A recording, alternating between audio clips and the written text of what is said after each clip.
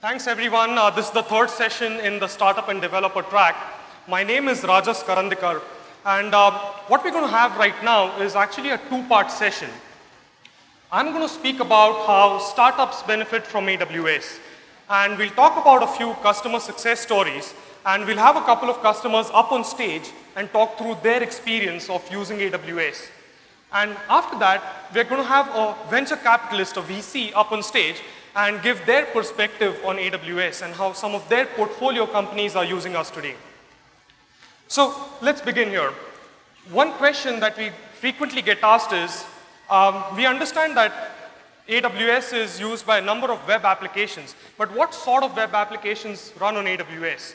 So just to give you a snapshot of some of the popular use cases in the web application space, you have gaming, social media, digital media, mobile applications. You have education applications such as e-learning startups. And something we're seeing increasingly more and more is big data and analytics applications. Now, these are companies who have a lot of data themselves and are using AWS to analyze and churn that data. And also companies who are building analytics tools on AWS for other businesses to take advantage of running analytics on the cloud. So let's now go through some case studies and success stories of how customers are using AWS. Now, before I do that, I just want to revisit the 6 key value propositions that AWS offers to businesses of all sizes. No upfront investment, low ongoing cost, flexible and scalable capacity, the ability to deliver applications to the market with speed and agility, the ability to focus on building features and applications for your customers and not having to focus on operations. And finally, the ability to achieve global reach and serve a global customer base. So one of the first startups I want to talk about is Classel. Now, Classel uses AWS to provide a cloud-based social learning platform. Classel is a startup which is based in Chennai. Now, Classel is not funded. So one of the challenges that they had when they began in 2009 was that they had to reach many, many students and many different colleges over India and achieve that scale very quickly to be successful. At the same time, they did not want to burn through the capital they had too quickly. They ran the platform on AWS, and they did not have to pay any upfront capital. Everything was pay per use and pay as you go. And through the capital savings that Classel achieved, they were able to strike a balance between scaling and burning money. And essentially, through the capital savings, they were able to go to market 6 months faster than they typically would have. So a very good example of how someone benefited from having absolutely zero upfront investment. The next startup I want to talk about is Dhruva. Now, Dhruva is a Pune-based startup, and they provide enterprise endpoint backup and file sharing on the cloud. Now, when Dhruva began in 2008, they had a product which runs in their customers' data centers called InSync. Dhruva was exploring the cloud and chose AWS because of the reliability and the reputation. Now, when they built their product InSync Cloud on AWS, they were using a Cassandra NoSQL database on a combination of EC2 and EBS volumes. Now, there were 2 problems that Dhruva faced. One was that Cassandra's data model was not quite in tune with what Dhruva's application was. And secondly, as Dhruva scaled out, what they found was that they had to compromise between read versus write performance in Cassandra. Around the same time, Amazon came out with DynamoDB. DynamoDB is our own NoSQL database service. Now, Dhruva conducted a thorough evaluation and moved completely over from Cassandra and on EC2 and EBS onto DynamoDB. And what they found was they saved 50% of their overall usage on AWS through DynamoDB. What's more is that you've heard through, Werner said it and Kingsley said it. AWS lowers pricing many, many times, and we have lowered pricing for compute, we have lowered pricing for storage, and every time we lower prices, all our customers benefit from this new lower pricing. And Dhruva too took advantage of lower pricing to expand their cloud stack. So through innovation in terms of services and innovation in terms of lowering cost, Dhruva was able to iterate quickly and therefore move ahead of the competition. A great example of how they benefited from low ongoing cost. Zenga Media is a Delhi-based startup, and they provide live TV streaming, video sharing over the internet. Now, what's interesting was that before they moved to AWS, Zenga actually had physical servers on premises, and they also had a co-located environment. Now, what's interesting is that they needed 36 resources to manage this deployment on premises. Now, this number was reduced to about 20 when they moved to a co-located environment. On AWS, for the same environment, they needed just 4 people to manage and maintain their infrastructure. And what happens is that all these other people can now start focusing on building features and applications for end customers and bring in more revenue for a startup rather than focusing on operations, which is not a value add. So, great example of how Zenga benefited from focusing on applications and not on operations. We have Hike, which is built by BSP, Bharti SoftBank. And Hike is an instant messaging application that was started about 6 months ago. And they've been running on AWS for the last 4 months.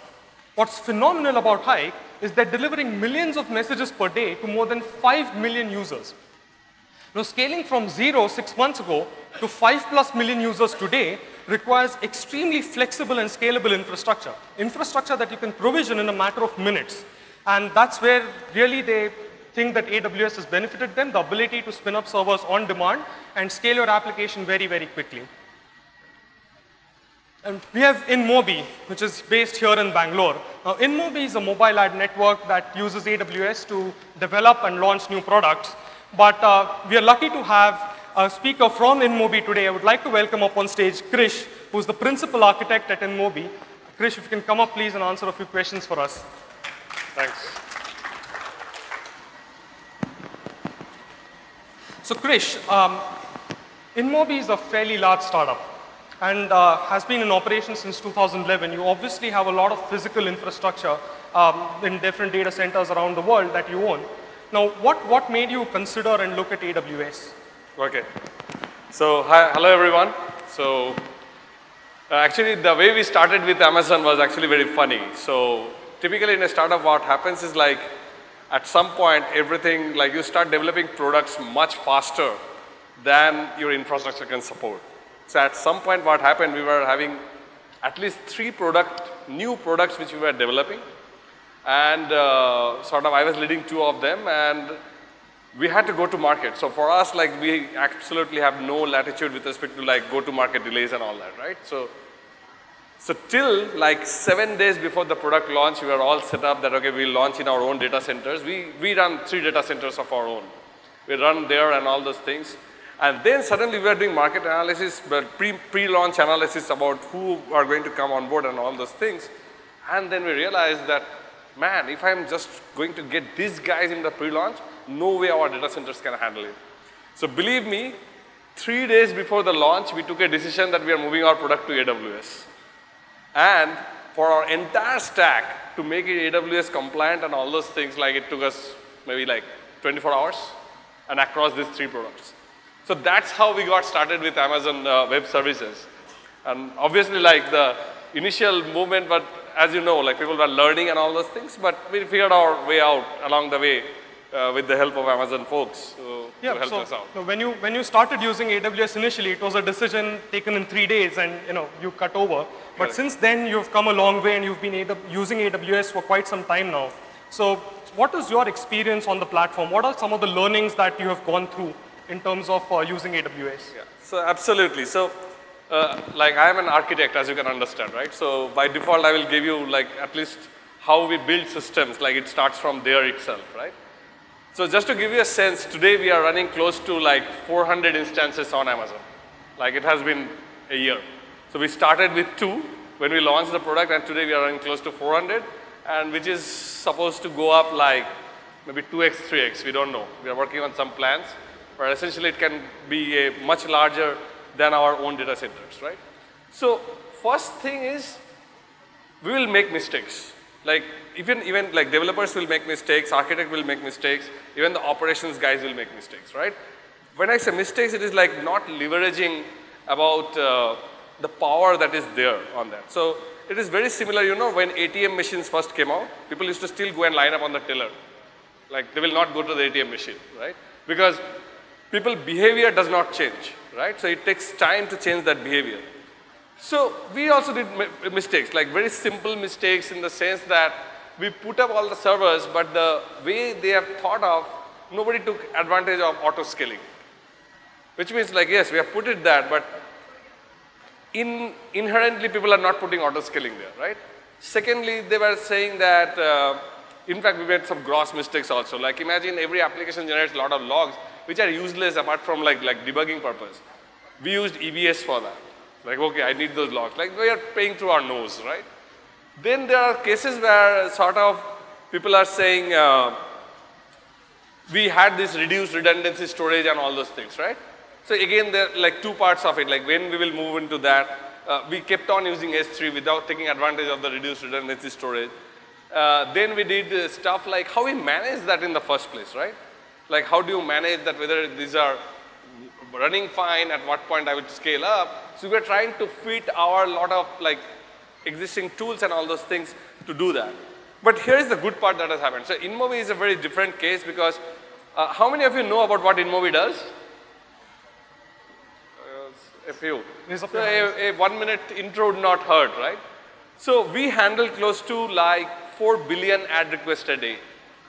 And we operate across like 200 countries, and so like we operate 6 data centers today, out of which 3 are our own and 3 are Amazon's. So we call them the AWS data center and our own data center. But for all practical purposes, like everybody, right from development to operations and all those things, these are all considered like equal. There is no like stepchild treatment to Amazon data center or our data center or anything like that. And we have a virtual private cloud across all these things. Now you can imagine the same piece of software, like imagine the API layer you guys talk about, right?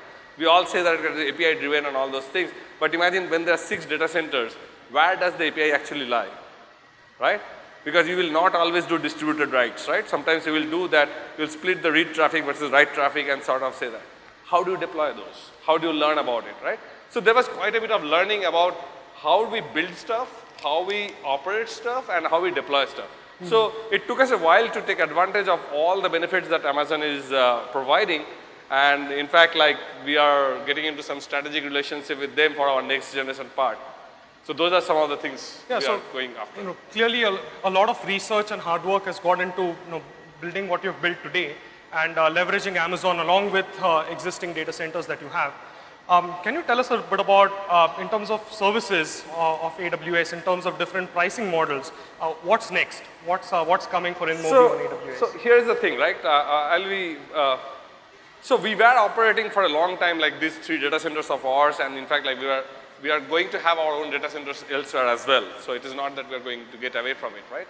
So we are going to do that. But here is why we use AWS. Number one is like just to fuel innovation, right? Within like no product has to wait for lack of machines or whatever that is, right? No product waits for anyone. So one is innovation.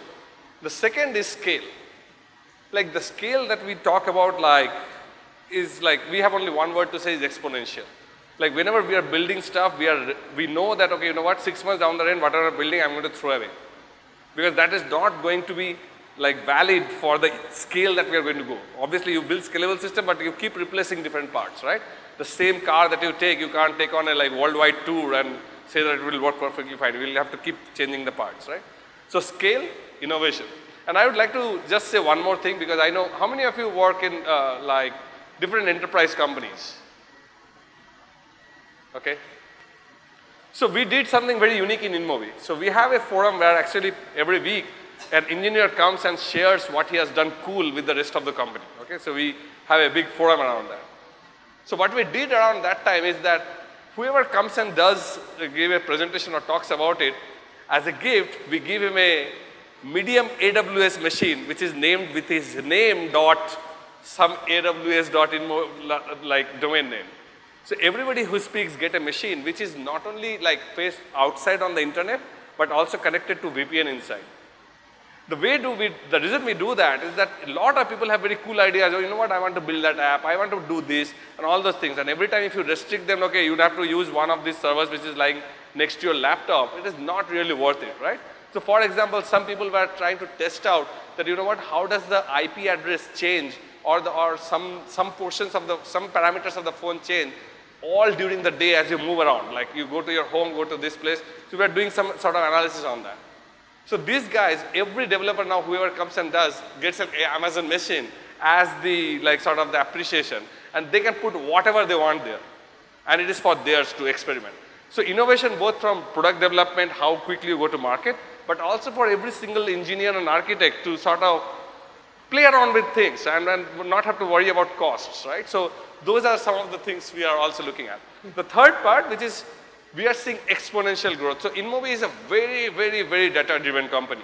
Like everybody, so we have built some systems whereby the entire power of Hadoop and big data analytics is given in the hands of a person who has never dealt with anything apart from Excel. In fact, like some of them can pull data out of different structured queries from these different Hadoop instances directly into their Excel. So every single person in InMobi sort of is very data driven, right? So now we are going to the next level. We are saying that, okay, can we expose this whole thing for everyone? Like every one of our customers will have the advantage of the big data. And now you can imagine if I have to scale that really across like sort of 100,000 different customers who are sort of doing these different analytics and all that, how do I scale it, right? So the other part is, of course, like apart from the scale of the business is like we are working very much on sort of providing analytics, like we call it like democratize analytics. Like you don't have to be a master of Hadoop or anything to get good analytics. Those are the two areas we are working on. Awesome. And we have a lot of architects like yourself in the audience, and working for an inspirational company like InMobi and having architected on AWS and used the platform. Can you give them some advice on what they should think about, what they should not think about as they approach AWS within their own company? Sure. So how many architects in the crowd? We rock, don't we? Okay. So here's the thing, guys. Like when you are dealing with, there has been a paradigm shift. Like at least the way the Amazon works, it is essentially a paradigm shift in terms of how you think of building stuff, right? So what do you do as an architect? You have different type of tools and all those things, and then you put together some solution where everybody comes and says, wow, what is that? How did that happen, right? But I guess like when you are looking at building stuff on the Amazon cloud, think of the strengths of the platform. Because then unless you take care of understand the strengths of the platform, you will not be able to build a system which takes the real advantage. You will start focusing on the problems which were sort of 1990s, right? Which you don't have to focus on anymore. Because, for example, like a lot of cases, we say that, okay, there are like 500, 600 different servers across 6 data centers. How do I move log files here and there, right? Nobody bothers about it anymore, right? Push it to S3 somehow or use some log stash, this, that, and all those things, you are done, right? So what you put as the primary concerns when building a system, right, changes drastically whether you are putting it inside your own data centers, which has certain amount of, assumptions, versus how you put it on Amazon, right? So if you don't understand that part, then essentially what happens is like you keep re-architecting software, whether it is for my data center or another data center. So at least in InMobi, what we do is when we make systems, we sort of take advantage of those parts. That is one part I would say. The second part is like be ready to throw away your baby. Like whenever you build today, the acceleration in adoption of your software, or how many people, let's not predict things. Let's give evolution a chance, right? So you create some solution, don't answer the question whether it will work for 5 million, 5 billion, like don't break your head, right? Fail fast, do it. You never know which one is going to succeed. The importance is like you try 20 things, out of which 2 will succeed. So the thing is that auto scale, again the same thing, let's not break our head. First of all, the thing is that, okay, build something fast, deploy it, you never know which one is going to succeed, right? So then you take constantly, you can fix things. The advantage in Amazon is like, there are multiple choices, right? Like there is AirSpike, DynamoDB, I was just seeing, Cassandra and all those things. Let's not like sort of analyze and paralyze ourselves for 3 months deciding whether Cassandra or Dynamo, right? Choose one, move on. If you are generating enough business, believe me, there will be enough dollars to replace that, right? So these flexibilities, how moving each of these components is very important. The essence is build fast, deploy fast, fail fast, and learn fast. That's Awesome. all I would say. Great advice. Thank you so much. So before you leave, we have a small token of our appreciation. Thank you so much for coming over. Just wanted to give you a little memento. Here you go. Thank you. Thank you so much. Thank you.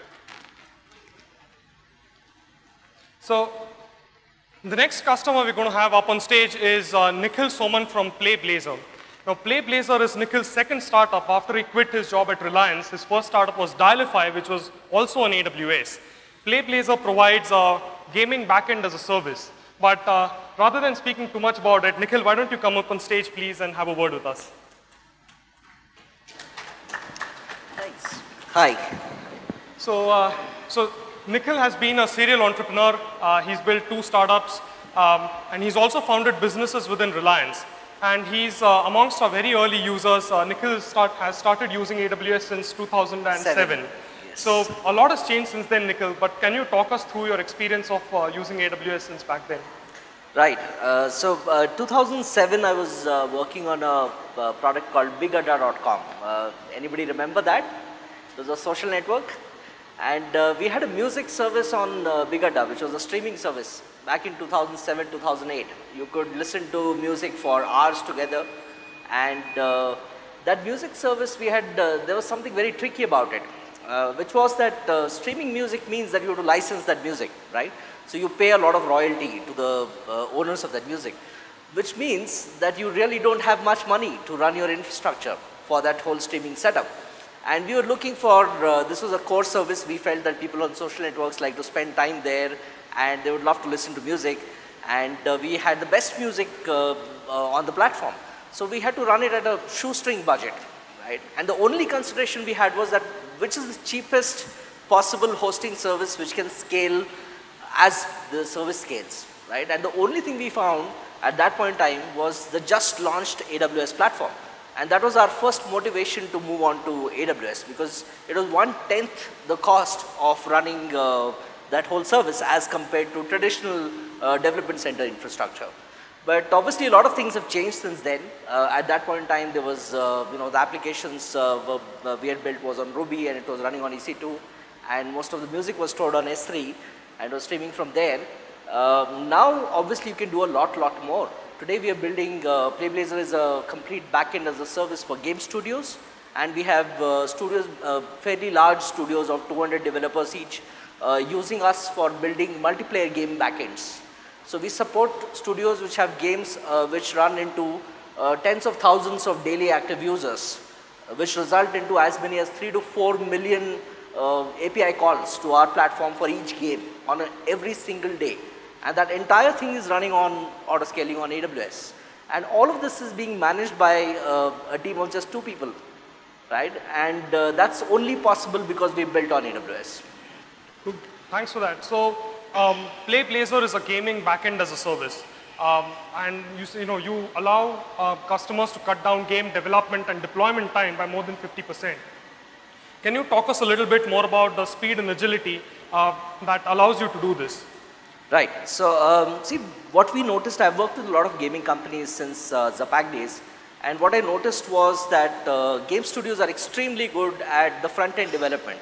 They work on great art, they have great passion at building their products, and they're very good at handling the OEM SDKs, which is, iOS, Android, and those ecosystems.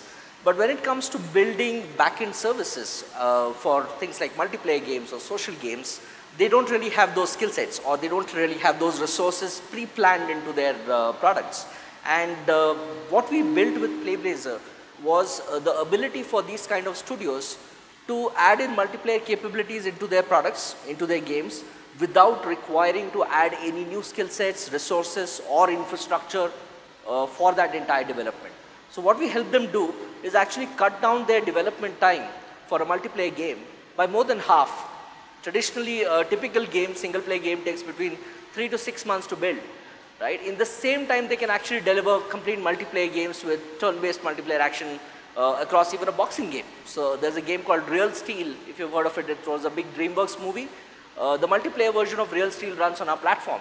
And the studio which built it, Jump Games, was able to build it with a 10-people team in just 10 weeks of development. All it took was 10 weeks. That's just over 3 months to build an entire multiplayer boxing game, right?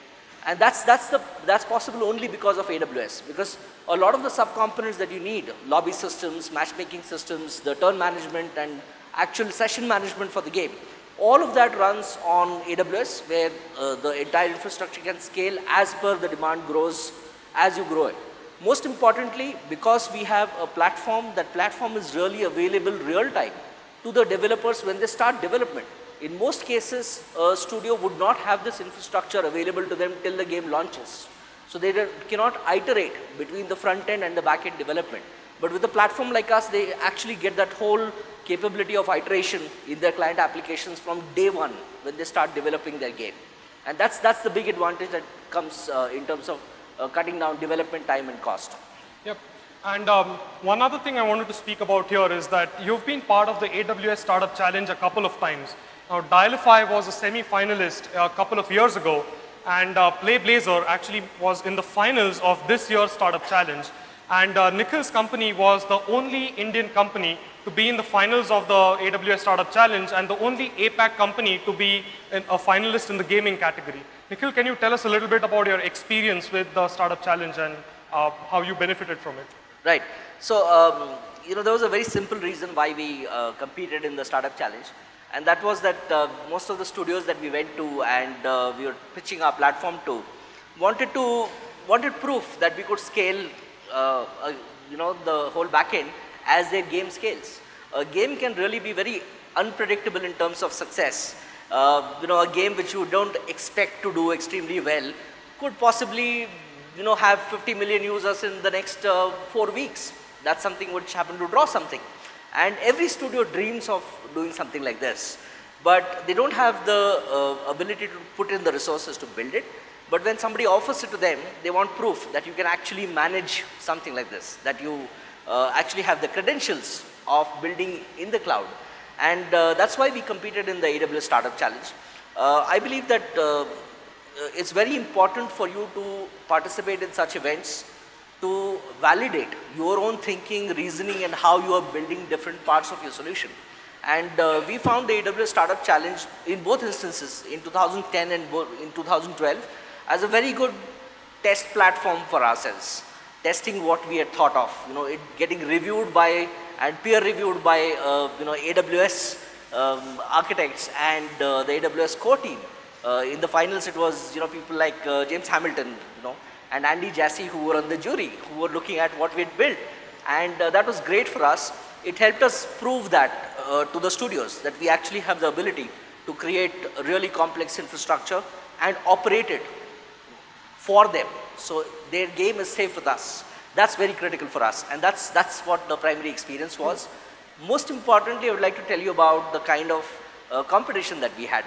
We had a studio from Grand Crew from Finland, which is building an awesome game, and the quality of competition in our category as well as the other categories on the Startup Challenge was so amazing. And that 2 weeks that I spent there meeting these teams, I had a lot of learning in that process, which is, I think, the biggest takeaway from the Startup Challenge, besides obviously getting more reach and visibility.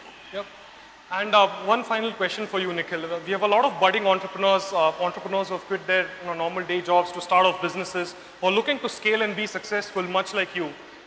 What advice would you like to give entrepreneurs, especially those who have just started off their business and are looking to run and scale? Right. So like I said, when we were doing 2007 Big Data and that music service, the primary reason to use Amazon AWS was the cost efficiency. But that's a very simple reason. I think we've moved, the biggest move that has happened from 2007 to now is that you can dream of building products and platforms and companies which provide services which earlier would have required a team of 100 people to do, right? Today we are a 2-people company which provides services to 8 studios which all have more than 20 people working on the product which we support, right? And these are companies which are studios which are 200 developers, 300 developers in size. And there's a 2-people team which has built a platform and is supporting 8 such studios in 5 different geographies. We have studios from Philippines, Russia, US, Canada, India. 5 different countries, and we are able to run all of this completely on AWS. Two reasons for that. One is that there's this whole lean philosophy of building startups, right? So build a minimum viable product. But when you do that, when you understand that term, you should also understand 2 more terms with that, which is building a most viable team to deliver that product. And second is the most viable or infrastructure, right? And we found that what we are building can best be done with this. So think bigger, think of products and services which can scale globally, where you can serve large customers. Being a small team is not a limitation anymore, right? That's one. Second is that when you're building with cloud, with Amazon, you've got to think of infrastructure being actually a function call, right? Or a library in your application. Previously, we all used to think of applications as things that you would install on a server. It's the other way around. You're installing infrastructure into your application now, right?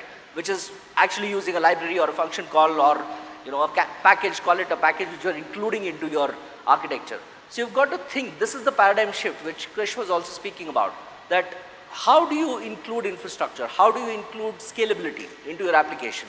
And that's become software today with cloud computing. That's the most important lesson that I have learned, that I can think and plan out infrastructure into my application itself without having to think of infrastructure as a separate element. Awesome. Thank you so much for that, Nikhil. Thank you. We would like to present you with a small token of appreciation as well. Thank you for coming over. Thank you for spending time with us. Thank you. Thanks. Thank you so much. Okay. So we've seen how different AWS startups are using AWS to implement those key value propositions to really benefit from them. Now, up next, we're going to have Shekhar Kirani, who's a partner at AXL Partners, up on stage. Now, Shekhar's based in Bangalore, and he's on the board of many different companies like Mobstack and Freshdesk. Shekhar, if you could come up, please.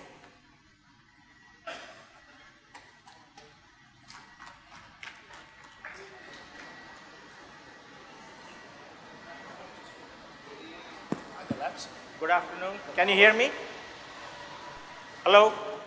Yeah, good. How many of you are here from entrepreneur ecosystem? Just raise. I'm assuming the rest is from kind of MNC companies who are interested in AWS and trying to work. So I have tuned my presentation closer to entrepreneurs or want to be entrepreneurs who are trying to become entrepreneurs, or some people who have a dream one day that they will build a company. So for them I have tuned, but definitely many of the things we are going to say is applicable to those small teams inside a large organization to think. Okay, so let's start. So AXL, it's an early stage venture capital firm. Think of us as people who bet on entrepreneurs, who give money to them, so they'll go and conquer the world with their idea. And in return, we usually own a small equity percentage in the company. If they succeed, we succeed. If they fail, we fail. And it's not our own money. We have borrowed money from somebody else. We keep a small part of it and we give back to them. So this is like a bank style, those who don't understand VC as a business, except that we're not asking for any collateral. You don't have to give your house or jewelry or anything else. Just bet on people. And we are an early stage investor. What is early stage investor means? People who are writing first professional check. We are a firm, we have raised around $250 million so far to invest in India. We are running in the third fund, and we have done several investments, almost 45 plus investments. We started investing probably in 2008 and now 2013. We have office in Bangalore. We were like early when Sachin and Binny at Flipkart were 2 engineers, I think out of Amazon only, and they started Flipkart. We were the first people to write them give them a check. Same with Myntra. Now you can see them as where they have grown, they have gone big, and a lot of other investors have come. So we invest in people very early. If you look at Freshdesk, Girish and team, which is out of Chennai, ex-Zoho team, they started early, 6 people. before the product is ready, no customers, we invest. So we're an early stage investor. Usually if the idea is starting out sub-$1 million, little bit of traction, where you got some customers and some product, around $1 million to $5 million. Only one we have done a late stage, which is Book My Show, which is we wanted to try out a tech company which is doing well to see how it works. So that is in the India. Globally, we are investors in the Facebook. We were the first professional check writers in the Facebook. Dropbox, most of you know. Spotify, which is a music service company. And all of you should know Atlassian, which is the Jira product. We are the investors in Atlassian. Help them scale from an Australian company going global. So this is kind of the AXL brief background. Quickly, we are in 4 locations. Bangalore, India, we invest in Indian companies. Then there is a team in London, which focuses on Europe. We have a team in Palo Alto and New York, which focus on US investments. And we are in China. So we're present across the world. It's a global platform. And we are investing in companies that we can help each other AXL offices to take companies global as well. Just quick update. Now we are a tech investor. So anything technology is what we invest. Our background is also like that way. Myself, I'm an engineer until 2005. I used to do what they were showing there. The console and the load balancer and all the things that I have to handcraft before AWS style services came. This is until 2005, 2006. Then I moved on to run VeriSign in India. Then I've gone on to the entrepreneur help ecosystem of VC. We have around 20 odd companies in cloud and enterprise SaaS, digital media, consumer internet, which is internet e-commerce companies, some healthcare companies, again, technology oriented, and education. Education, again, it's tech oriented education companies. That's our core competency. All of us come from operating background, engineering background, which we invest in companies predominantly started by engineers. So I'll skip the investment criteria. Basically, it comes down to, companies that are going after really big problems, large addressable market, extraordinary engineering teams who know, and a business team who know how to go and crack it, and, and they can consume money in the right way to scale. So that is usually where our investment thesis has been. So let's talk about AWS and AXL Partners. So AXL in India have done around 50 odd investments, as I said. More than 50% of it runs on AWS. At least 25 companies by default, when we have started or before we start investing, they already started on AWS. So AWS and AXL, there's quite a lot of dependency. Because whatever money we are paying to our company, guess what, where it is going to? The best thing about AWS is that the solution engineering and consulting, the way they're helping our companies and constantly available to scale our company's architecture and structure. And surprisingly, all of their engagement is rarely to increase their cost rather than decrease the cost. So every one of our company, the feedback is AWS is helping them save the money. So the same money goes towards bringing more engineers or more on sales and marketing so the company can succeed. And it's like a bit weird that why AWS goes and tells them that instead of paying me $4,000 a month, actually you can pay me $2,000 a month, right? Being an AWS as a company, for profit, it's not an NGO. But their focus is long term, and that's what I like about is that where they're helping companies save their precious capital, which is the money, to focus on building a business. Guess what? If they build a successful business, that $4,000 would have stuck at $4,000. If they reduce to $2,000, the other $2,000 could help build business. When they scale big, AWS does get the benefit. And I see the long-term viewpoint, and I think I really appreciate you of that. And they have good local support right now. They're set up in Bangalore, Delhi, Mumbai, and we're getting a lot of help. One quick example about AWS and MyNite. MyNite is one of our company in Pune. Again, two engineers started this, where their focus is helping large enterprises how to train their employees or any function in their employee base from making it some non-boring into gamified training. So their platform helps enterprises to gamify their training program. They are starting to do scale well. They were not on AWS, but getting on AWS has helped them significantly scale. Now they have gone global in the last few months, from India customers to Europe to US customers. So that has helped them significantly. So this transition has been fantastic. The other company I want to talk about is the Mobstack, which is mobile enablement, of content which is available on the web. How do I make sure it works on the mobile phones, in a relatively fast way? And they have got quite a lot of success right now in the Indian publisher market, like in a Hindu app, the Deccan Herald, and quite a lot of companies run on them. Again, they used AWS predominantly because when they bring a new mobile app from a publisher, overnight it jumps, the number of transactions. And when the transaction jump, you need that scale, and AWS is the best choice for them to go. So they have been working with AWS for a while to get to this level. Also, the Freshdesk case, they had this analytics. They're running in 110 countries right now. They sell their product. They want to launch analytics. They were trying to do on MySQL, but AWS gave them an architecture where it saved significant time and effort using, I think, that Redshift, that analytics product that they have. That based on that, they built it.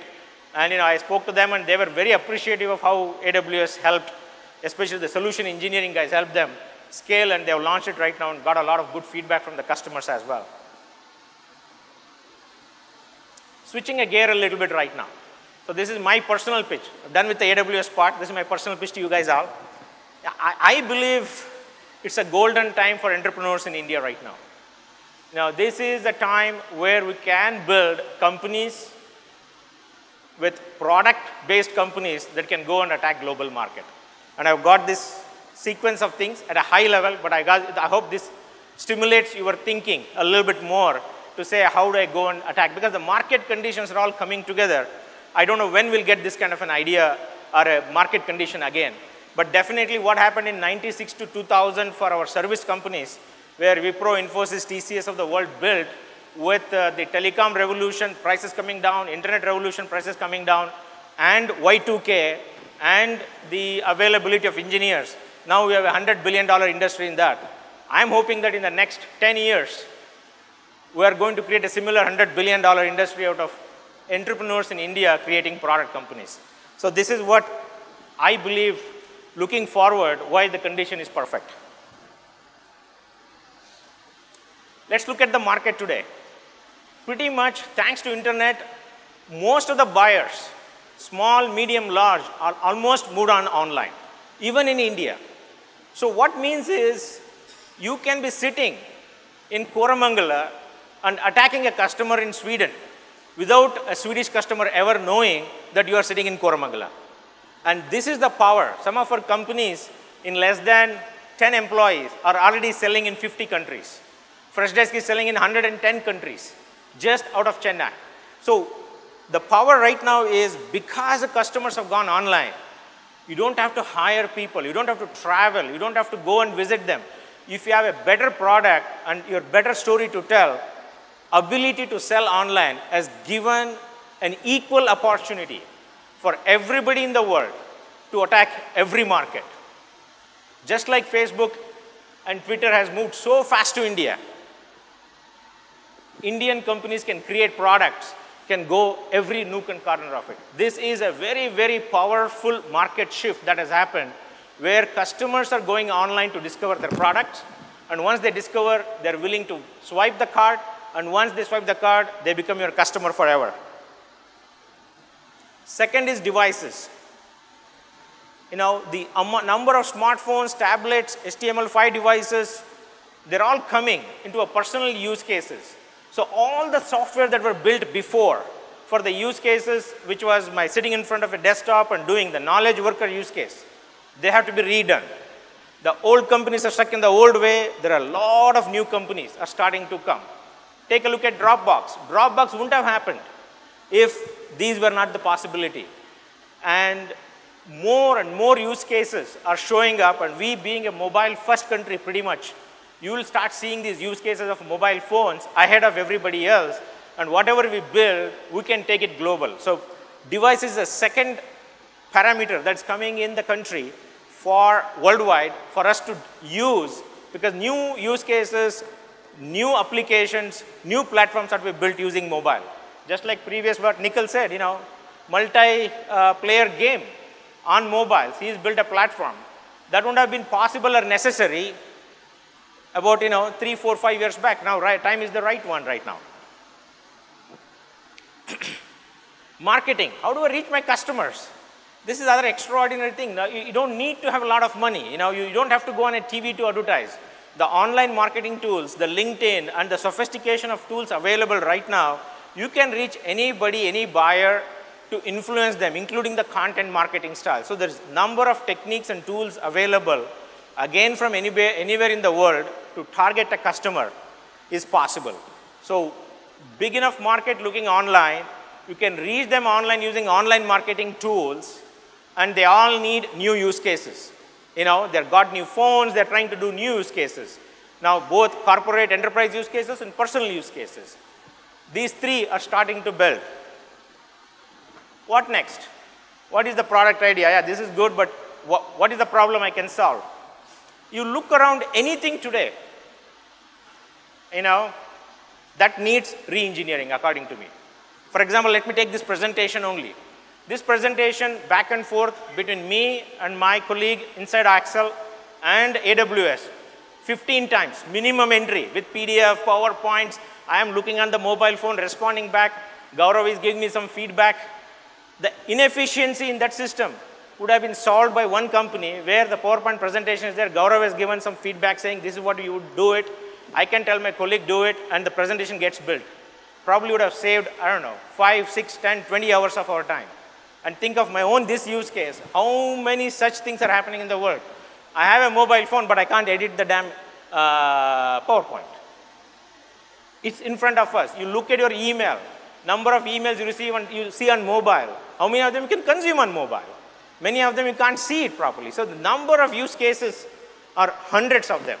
The key thing is to ensure that these use cases are the same problems faced by lots of people and they're willing to pay. That's where many of the entrepreneurs get wrong. So if you spend a little bit more time, but there are so many use cases that are showing up and people are trying to solve. Yesterday I saw one company which is getting significant traction in US on remote working, basically.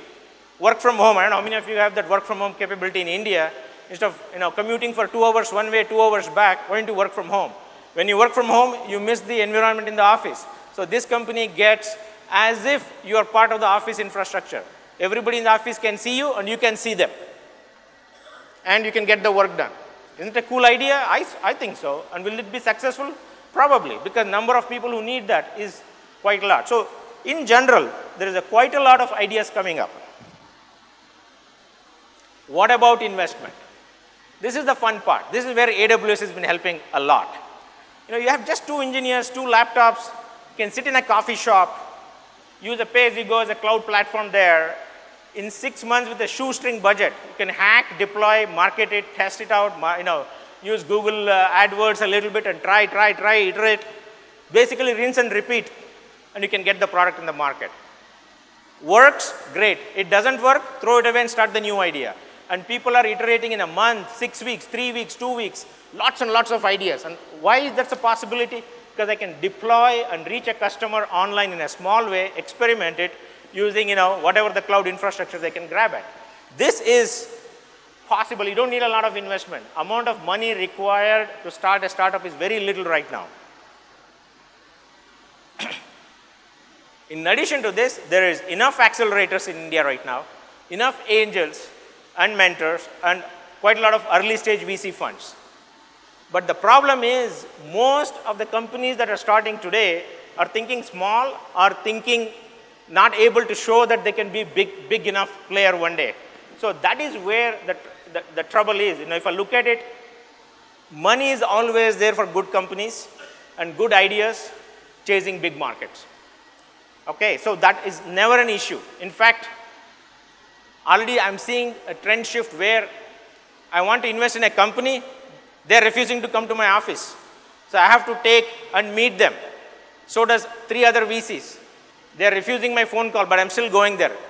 I hope that's a condition in coming days where entrepreneurs are ruling, we're building great companies, and we are going with our check to say, please take our money. Going global, according to me, is a perfect storm. And for creating the product companies out of India. And guess what? For the first time in the last 15 years, I feel the power has shifted back to engineers. You don't need an MBA anymore. If you think of an idea, you sit in with your laptop, coffee shop, AWS account, rinse, get the product out, get the feedback, learn it, and deploy it. So the power has shifted from large PowerPoint, go and meet sales process, find customer and get their money, and then build a 20 people engineering team to deploy, to 2 people trying to create something. So the power is shifting to the engineers again, and that's a great news for all of you. One thing I wanted to thank here is the AWS being part of this ecosystem in India, being here, organizing this, so that all of us can create this great entrepreneurial startups in coming days and years. Thank you.